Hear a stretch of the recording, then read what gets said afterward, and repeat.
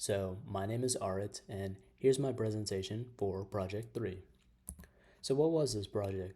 So, we had to choose 5 topics that we've seen in class or maybe seen in the textbook and describe the topic, describe its applications, why it's important, why we like it, and what its capabilities and limitations are.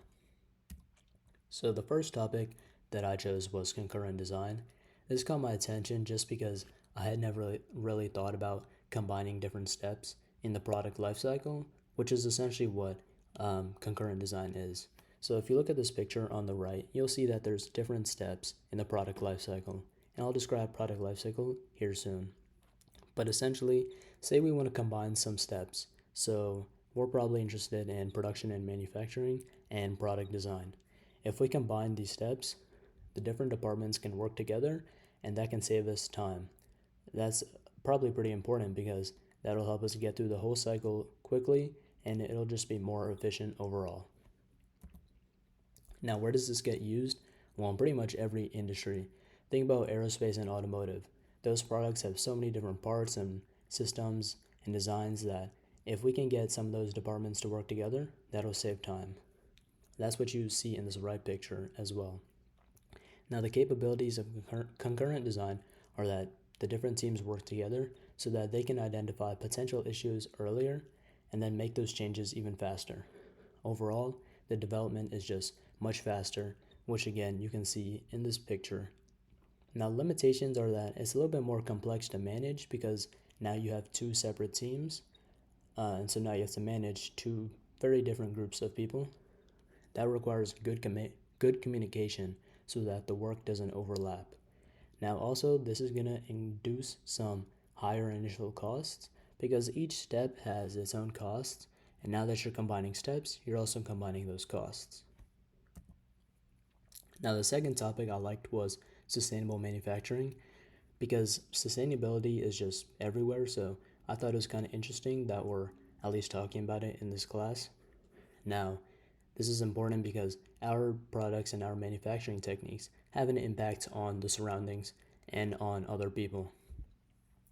Now, sustainable manufacturing is a huge term, so I'm just going to look at it from the eyes of recyclability and environment. Design for recyclability is pretty much what it sounds like. It's designing our product so that it can be reused in a sustainable manner, while design for environment is ensuring that our product doesn't harm the environment. This also, again, gets used in so many different industries, like foods, for example. Those are usually made out of a lot of plastics, or the packaging is made out of a lot of plastic, such as plastic water bottles. So if we can design that to be recycled and so that it doesn't hurt the environment, that would be pretty nice.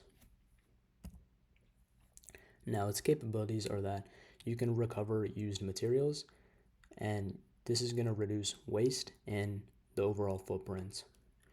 Now, looking at it from an environmental perspective, we can also limit the harmful effects of our materials and our products on the environment.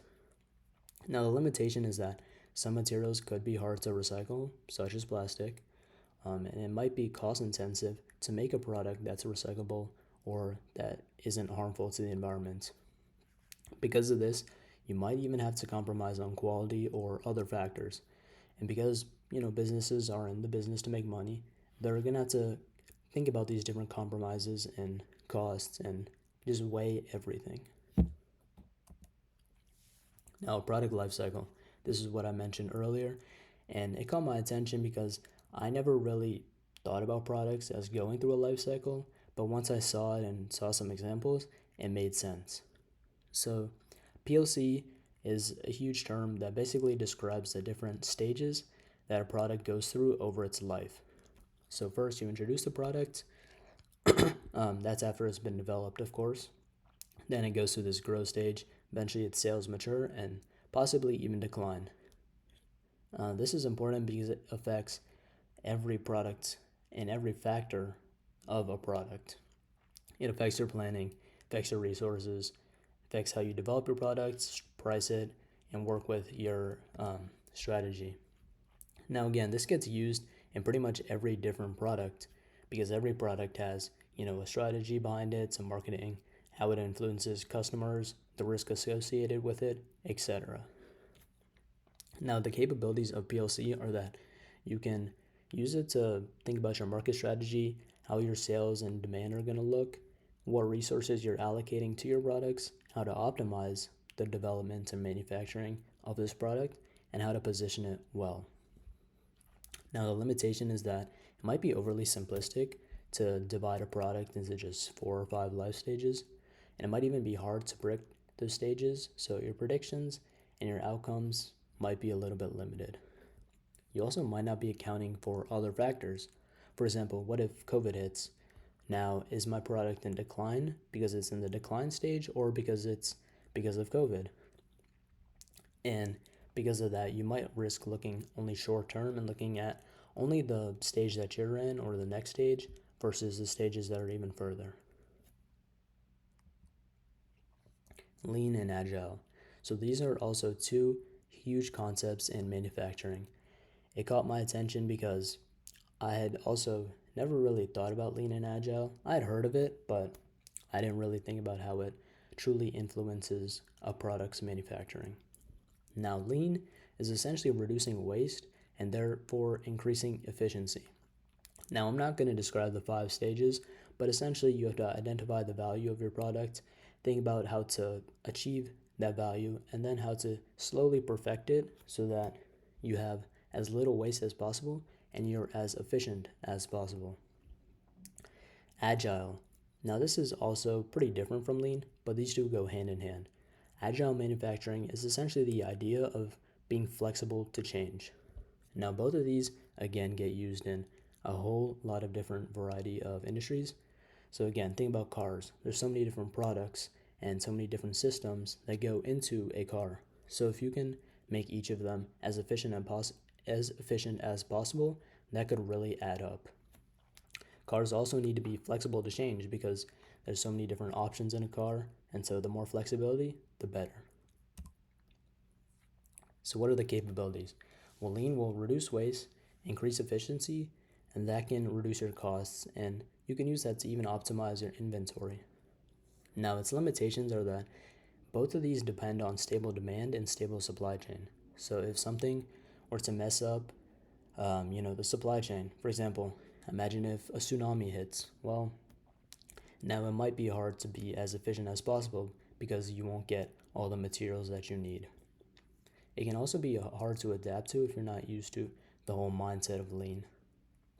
Now, agile, again, its main focus is on being flexible, and so that can increase customization. And because you're flexible, you can make decisions faster and evolve your product even quicker. Now, its limitations are that it's a little harder to plan for just because you can make so many different changes. It's harder to manage your inventory because, again, you have so many different options, and it also relies on a stable supply chain for the reason that I described earlier. Might even be harder to maintain the quality because you're making so many different changes. Lastly is automated inspection, and I like this because I had never really thought that inspections were automated. I thought it was mainly done by humans. Now, this is also another blanket term that describes the products or the technology to ensure a product's quality. This is done through a lot of different technology, like you can see with the Boston Dynamics robot, using cameras and sensors and even AI these days. It also gets used in a wide variety of industries because every industry wants to ensure that its products are the highest quality. Now, its capabilities. Because it's technology, it can be more accurate than humans because, of course, humans make mistakes. It can even be faster because you don't have a human doing it. And there's no labor cost because you're not paying a human to do it. It might also be safer for a piece of technology to do a certain task rather than a human doing it. Now, the limitation is that because it's technology, it's going to have a cost and it might be complex to set it up and maintain it. It also is going to probably have a learning curve because it's technology. And technology can also be sensitive to the environment. For example, you might not want to put a robot outside if it's not built for the heat or for the rain. And that's pretty much it. Thanks for watching. Here are the references that I used, and hopefully you learned something. Hopefully you like these topics as much as I do. And again, thanks for watching.